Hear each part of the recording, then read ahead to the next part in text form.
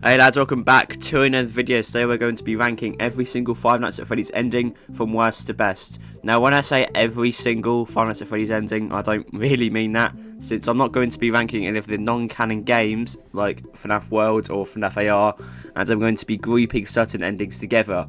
For example, the FNAF 6 certificate endings. I'm not going to be ranking each one individually, I'm going to be ranking them all as one placement, I guess. And with that, let's just get right into it. Now, before we get into the list, I would really appreciate it if you liked and subscribed. It really means a lot, and this list did actually take me quite a long time. So if you do enjoy the video, please subscribe, and let's get into it. Now, in very last place, at number 24, we have the bad ending from FNAF Pizzeria Simulator. I mean, it should be called the bad ending, because this is absolutely terrible.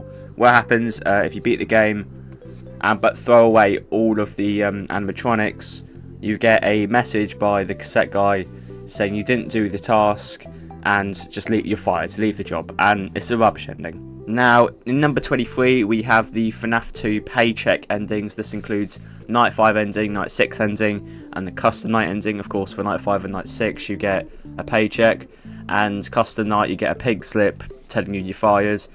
I suppose it does give a little bit of lore on the custom night ending, but other than that, it's rubbish. It doesn't do anything, basically. Now, in the number 22 spot, we have the FNAF 1 paycheck ending. So yeah, once again, this includes Night 6, Night 5, and the custom night. This is basically the exact same as the FNAF 2 ones, but I feel like they're a bit more iconic, and that is the only reason they're in number 22. It's the exact same reasons for FNAF 2, which is why they're here. And let's go to the next one.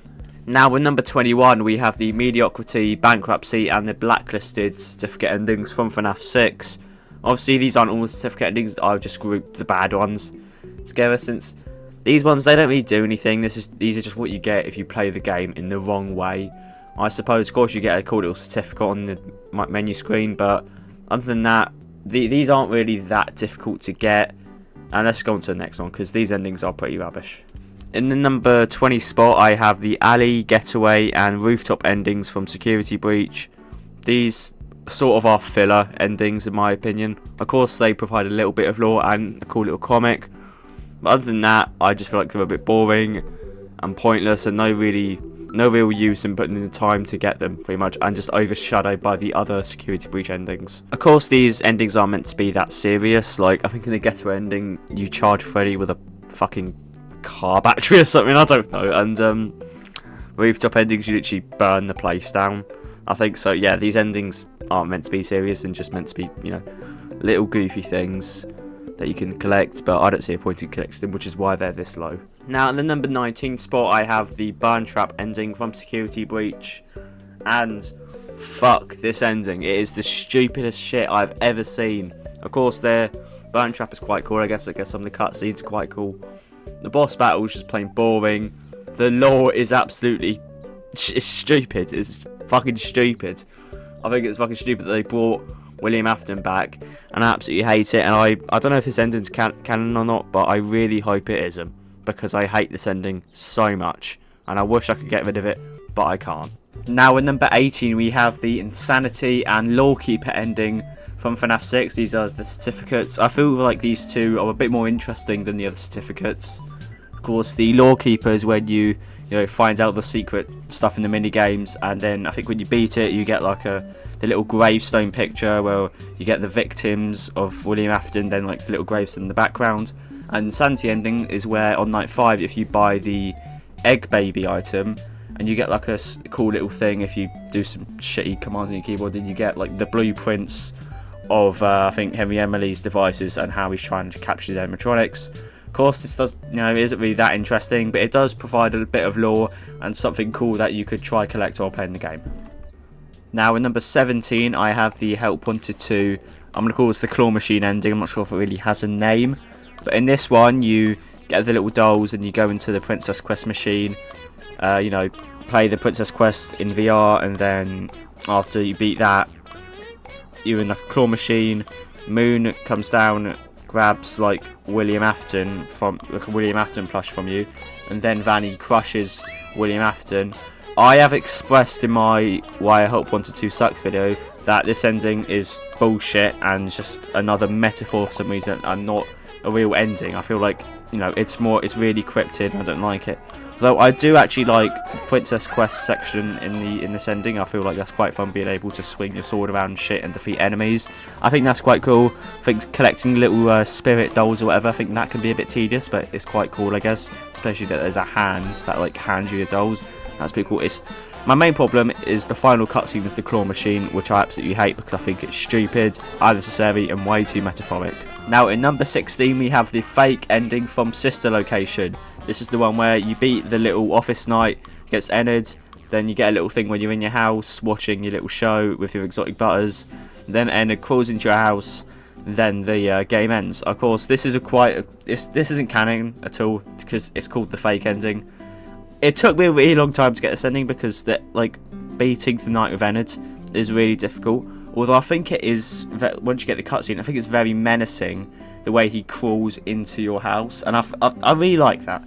Even though there's not a lot to this ending, I feel like it's a fun little thing you can get once you've beaten the normal game of Sister Location. So at number 16 we have the fake ending. Now at number 15 I have the bad ending from FNAF 3. Of course you might be saying, why is this this high? This is pretty bad ending.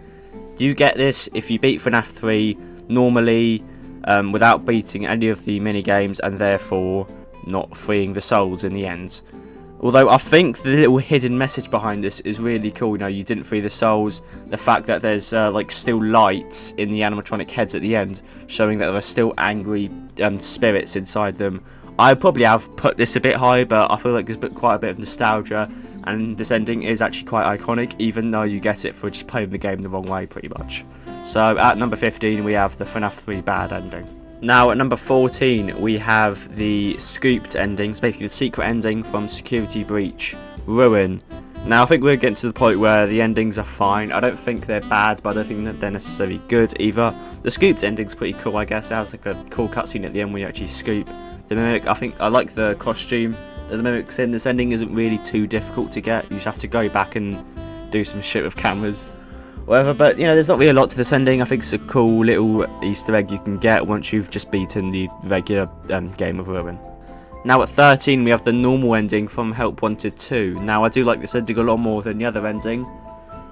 So I think you get this by collecting all of the Phase Force figures or something, and you get transported into the perspective of a staff bot giving Cassie the mask. And I think that's quite cool, as if your soul has been transported into the robot and there's nothing you can do, and you have to give Cassie the mask even though you know that the mask is going to kill her. I think that's quite cool, although I feel like, again, this ending is too metaphoric, too cryptid, and the same problems I said with the claw machine ending, although this ending is better, I will say. Now at number 12 we have the normal ending in Security Breach Ruin. So I think this ending does have its flaws. Obviously I think it's a bit too predictable. The fact that I didn't actually think we were going to see Gregory or save Gregory in the end. I think the chase scene with the mimic is pretty cool. I don't like the fact that Roxy defends you. Don't think that should really happen. I don't think that animatronics should be defending you. But I do like the chase scene of the mimic. I do like the reveal that Gregory is the mimic, even though it is predictable. I do like the lift a bit, where the lift drops. I think that's quite cool. The fact that Gregory's saying I'm sorry and stuff. I'm not sure if that Gregory is the real Gregory. Again, all it does is just create more questions, very metaphoric. Again, the problem with these newer endings is that they are very cryptid, and that is evident in this one. But I do actually like this ending. I think it's quite cool, which is why it's at number 12. Now at number 11 we have the Five Nights at Freddy's Sister Location custom night ending, where you get like a cutscene of Michael eventually decaying. So this is set after the scooped ending, where Ennard climbs inside of Michael, and what you see is a cutscene of Michael walking down the street in like a pixelated form, and each time he walks down the street he becomes more and more purple, more and more decaying, and at the end Ennard decides he doesn't want to be in him anymore, then ejects himself. I really like this ending. Okay, not really like, I think it has its flaws, I think it's a bit basic, but I really like how this ending is presented. It's presented to show that, you know, Ennard is inside of Michael, slowly destroying him from the inside out, and Michael is becoming a living corpse, pretty much. And I think that I really like that plot point. I think quite a few people don't like the whole Michael thing. I don't get why. I think it's the it's prime Five Nights at Freddy's. It shows the true horror and gruesomeness of Five Nights at Freddy's. I think this is what Five Nights at Freddy's should be. So the the custom night ending at 11. Now at number 10 we have the Five Nights at Freddy's Help Wanted merged ending, where you let Glitch Trap merge with you, then you flip the switch, and then, you know, he locks you in some sort of prison of some kind. Now I get that this ending is very cryptid, and I'm being a bit hypocritical about that, but this ending is very menacing, disturbing, and more like sinister. The way that he puts his head through the hole shushes you. The fact that there's handprints all over the wall of the prison shows that, you know, people have tried to get out before. I really like this ending. Of course, there's not a lot to say about it, but from what we got from it, I just like it, and I think it fits right at this number 10 position. Now at number 9 we have the Nightmare ending from FNAF 3. So you get this when you beat the Nightmare Night in FNAF 3, then you get a little newspaper saying that Fazbear Frights is burnt down, but if you brighten the little image, you see that Springtrap is still alive. I love this. There isn't a lot to this ending, of course, but this new newspaper is so good. I think it's the perfect representation of I Always Come Back. And I imagine the first person to actually brighten the image and see Springtrap in that picture must have been, you know, pretty surprised. And I love it when FNAF makes us brighten images, because you don't know what to expect, and you always have to peel your eyes because it's always quite hard to see. People may think I've put this bit too high. I don't think I've put it high at all. I think it's very iconic and very small but effective ending. Now at number 8 we have the Princess Quest ending, Five Nights at Freddy's Security Breach. I think this is by far the best ending, because even though, again, a lot of the endings are metaphorical, just like this one is metaphorical, but it's metaphorical as Vanessa is freed from Glitch Trap's control and she's no longer Vanny. I think that's really cool. I really like the little scene at the end when I think Freddy, Gregory and Vanessa are eating like ice cream or something. I think that's quite sweet, actually. I like the cutscene at the beginning where the staff bots all dismantle Freddy, then once you turn the staff bots on Vanny, they all dismantle Vanny.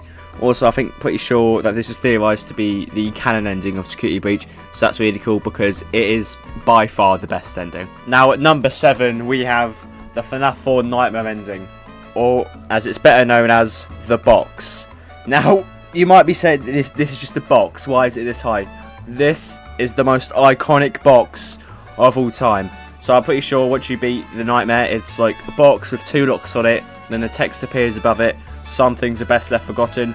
You can't open the box at all. I think Scott said he was going to reveal the contents of the box, but never actually did. Now we don't know what's in the box. There's been tons of theories about what's in the box. I mean, this is probably one of the most iconic endings. The reason I can't put it higher is because nothing really happens. You don't actually look what's inside the box. And I'm pretty sure Scott said what's actually in the box is the pieces put together. I know, very metaphorical, very cryptid, and you could take it a lot of different ways, but I feel like this is a very, very good ending, and one of the most iconic by far. Now at number 6, I have the FNAF 4 Night 6 ending, where the iconic line, I will put you back together, is said. So in this one, after Night 6, a little minigame cutscene will play, where the crying child is shown in darkness with all the plushies around him. And then his brother asks if you can hear him, then he apologises for killing him, basically, and putting him in Fredbear's mouth. Then all the plushies speak to the child, and then I think the golden one says, I will put you back together. And that is believed to be William Afton promising to bring the crying child back. And after that, all the plushies disappear one by one until just the crying child is left. Then you hear a flatline beep, which is showing that, yeah, the crying child's dead now.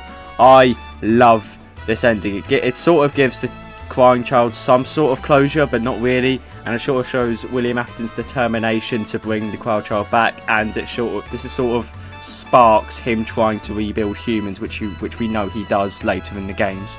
I think this is a fantastic ending. Not as good as the Bite of 83 ending, obviously, since it's lower than this. But yeah. At number 6, we have Night 6 ending. Fuck. Now at number 5, we have the Mask ending from FNAF Help Wanted. Now, I know a lot of people saying this is way too high, or maybe this isn't even an ending. I really like this. So basically what this ending is, in the Curse of Dreadbear DLC, find all 4 keys in the coin maze, go to the basement, Then in the basement, there's a Vanny mask.